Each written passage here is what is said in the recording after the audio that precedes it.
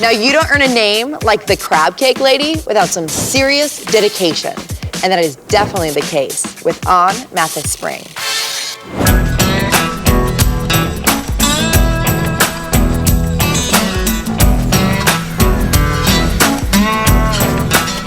All my life, I crab in it 37 years. The crab never bit me. You're a lucky lady. Well, I be careful. My name is Ann. I'm the crab cake lady.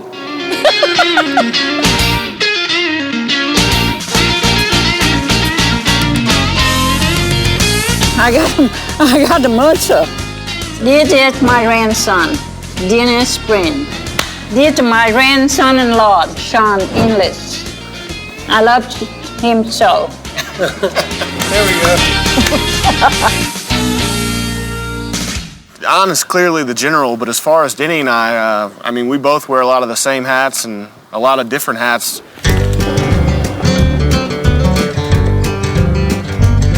We run the Crab Cake Lady Company in Murrells, Inlet, South Carolina, and now we sell crab cakes all over the country. We kind of in charge of her story now, at this point. Ann's been crabbing in this area since the early 70s when she came over from Vietnam. She'd go out every morning, no matter what the weather was like, and harvest the local blue crabs and to make her crab cakes.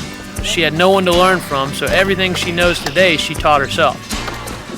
On the water, I don't think she can be outdone by anything. Fishing, crabbing. It's definitely a very big motivator to try to keep up with her work ethic. Still keep up with her work ethic. Still, even at 73. Yeah, 73, she can almost outwork us. In 1973, Ann came up with her world-famous crab cake recipe.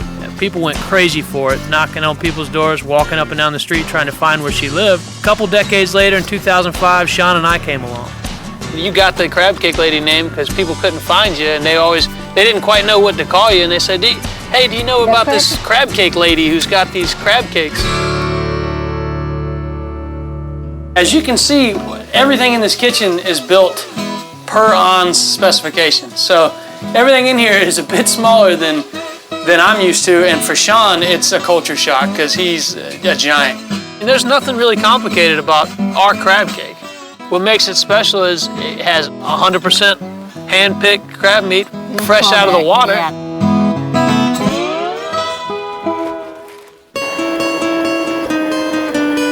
You be sure to get all the crab shell out in here. I'm getting them, If my customer complain, and I go, You're gonna whip me. That's what you said. Yeah, I know what you're gonna say. I like to see the crab meat very fresh. You could smell you gotta get it in your nose, you gotta smell it. It's gotta have a good egg content to it. It can't be broken up. It's gotta be nice big pieces. We cut up what feels like a bazillion onions to start the process. And we start sauteing the onions, and we have to get those back down to a certain temperature before they can be mixed. We want to get the onions mixed with the crackers and the mayonnaise. So the mayonnaise helps hold it together, and we just put enough crackers to give it some texture. This is the only way to do this. you still put the crab meat in. Okay. I think the way Ann's taught us to make the crab cakes is very special because everything's word of mouth. She doesn't feel comfortable writing anything down or letting us write anything down for fear of the recipe being stolen.